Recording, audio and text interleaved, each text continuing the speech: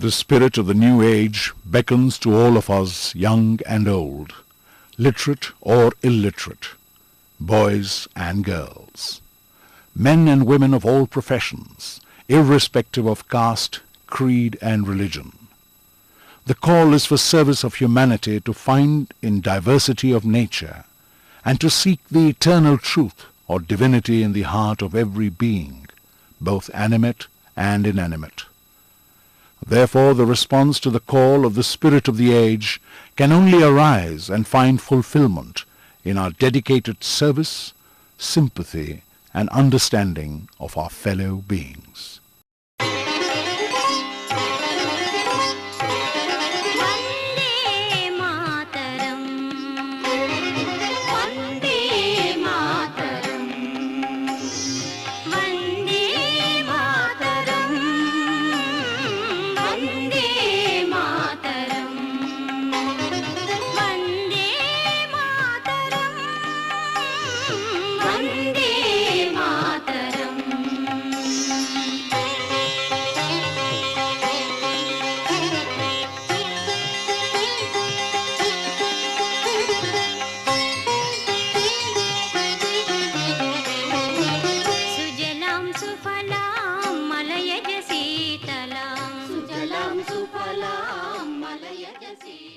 Great men are a gift to mankind.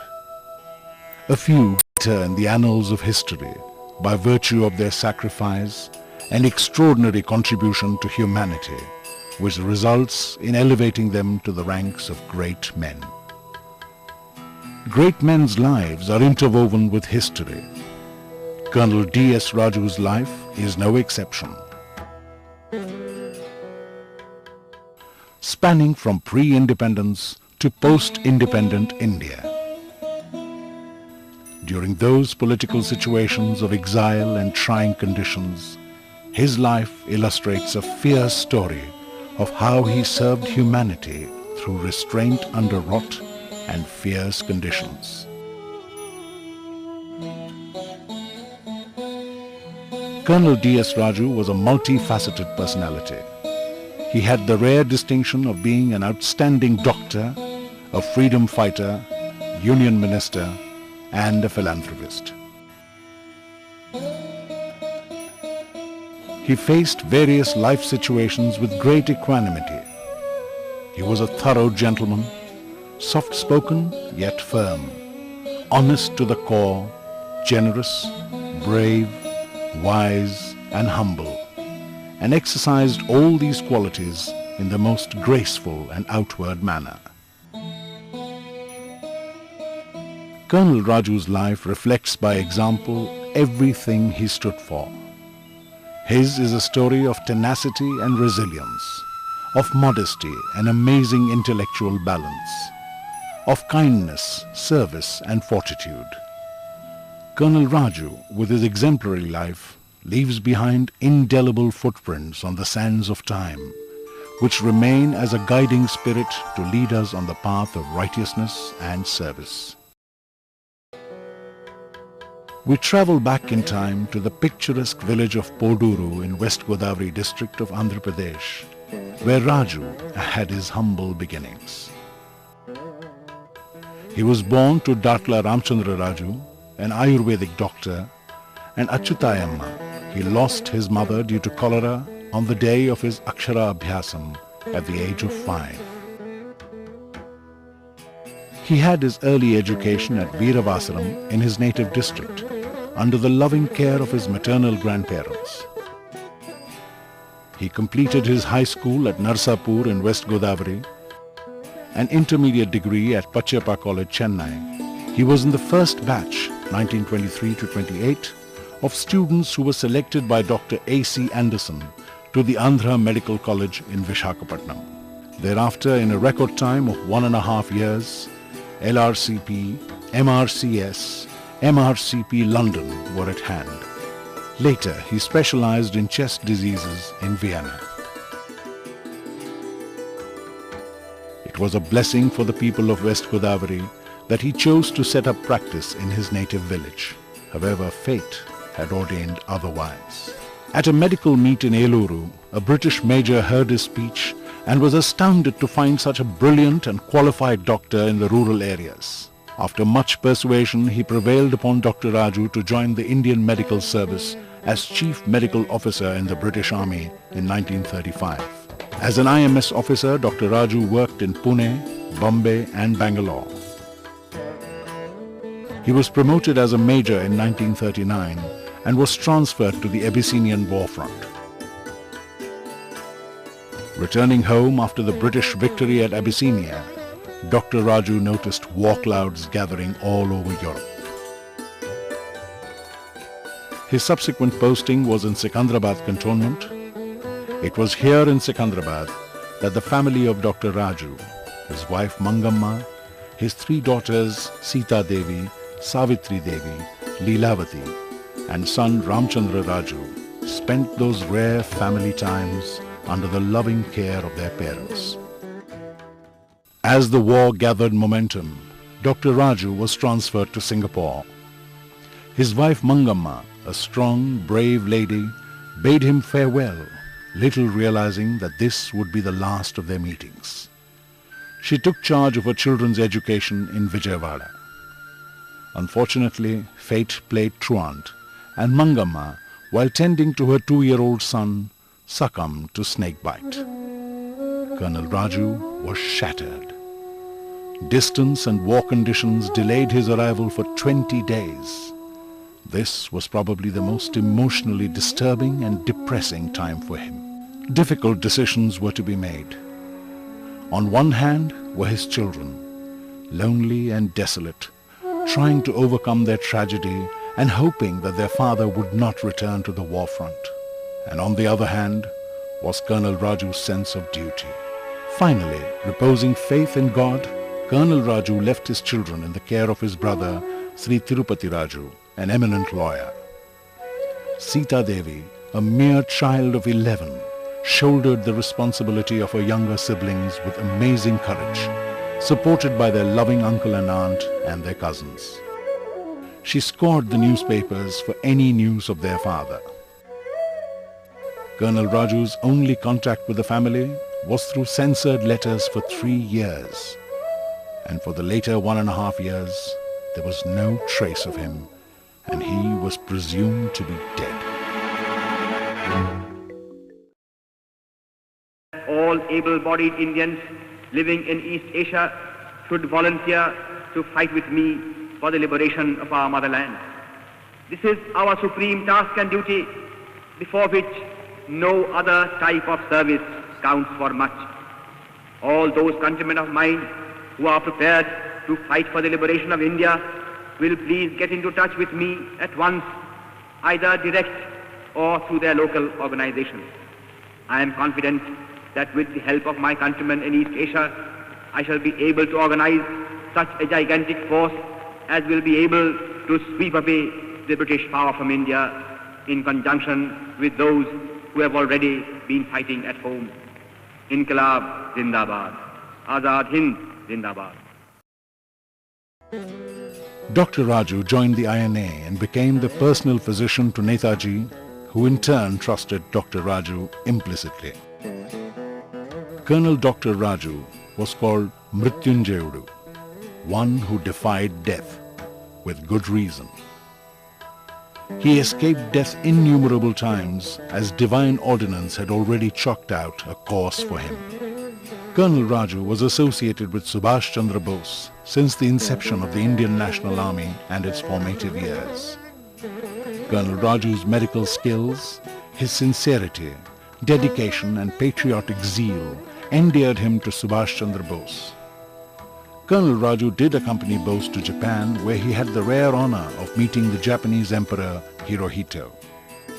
Colonel Raju, in his later years, nostalgically recollected memories of conversations with Netaji, which carried on late into the night, passionately discussing the future of India and dreaming of India as a world power to reckon with one day. Bose presented Colonel Raju with a Rudraksha Mala, which he cherished till his end. He became his constant companion, and his association continued till Bose's tragic disappearance.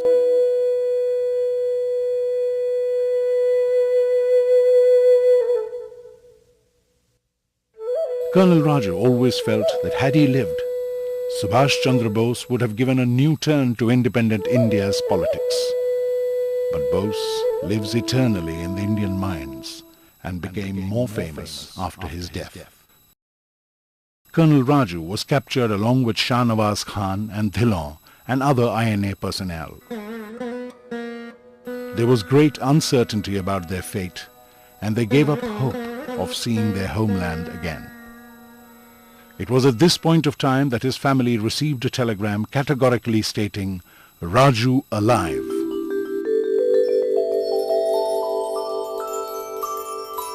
The prisoners of war were held at the Red Fort as traitors of the British Empire. There was a huge public outcry. Nehru, Sapru and Bhulabhai Desai took up the case for the INA.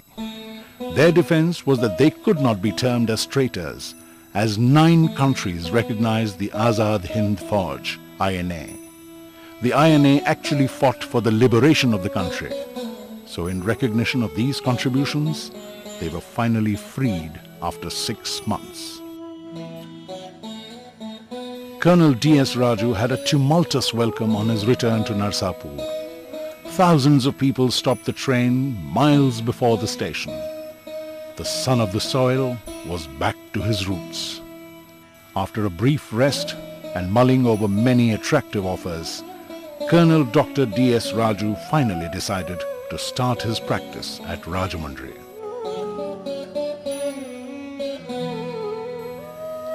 He chose a very picturesque place on the outskirts. This quaint little village called Bommuru became his habitat for the rest of his years. After years of facing and seeing death, destruction and despair, Raju created a space of peace where life could be lived with a new meaning. Colonel Raju put together the fragments of his life. He created an Elysium of sorts. Dr. Raju started his day early and spent an hour in solitude on the veranda, enjoying the silence and quiet that only the early hours of dawn can provide. He used to be in total harmony with Mother Nature and seemed to derive all his strength from her. Following this tranquil morning, he would ride on his horse to his hospital, the Netaji Subhash Bose Healthorium, named after his friend and mentor. The hospital consisted of tiled roof cottages, more like an ashram, teeming with patients suffering from mainly tuberculosis. Dr. Raju had an angelic touch and allayed the patients' fears associated with the social stigma and pain that came with this disease. He was an excellent physician, blessed with an astute clinical judgment.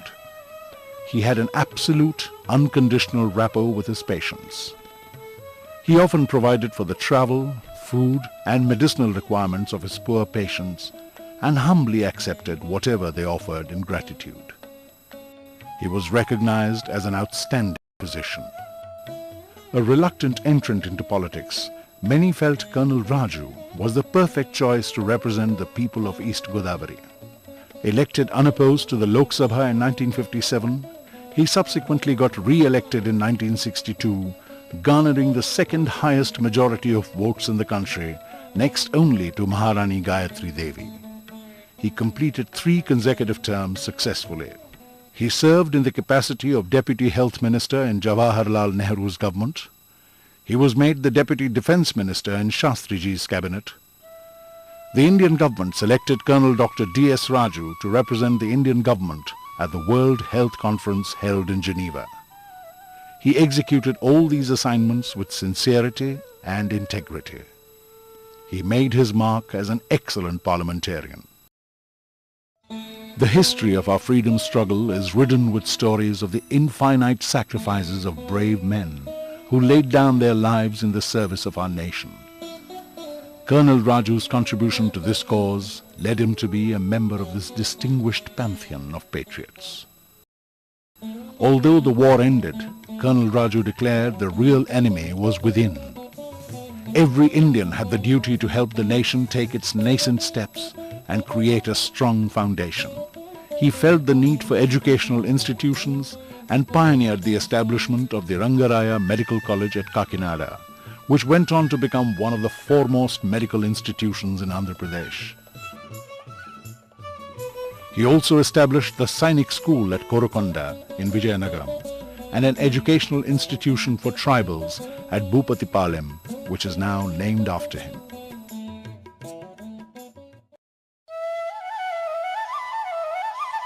Colonel Raju's name evokes memories of a man who led a righteous life based on simple truths.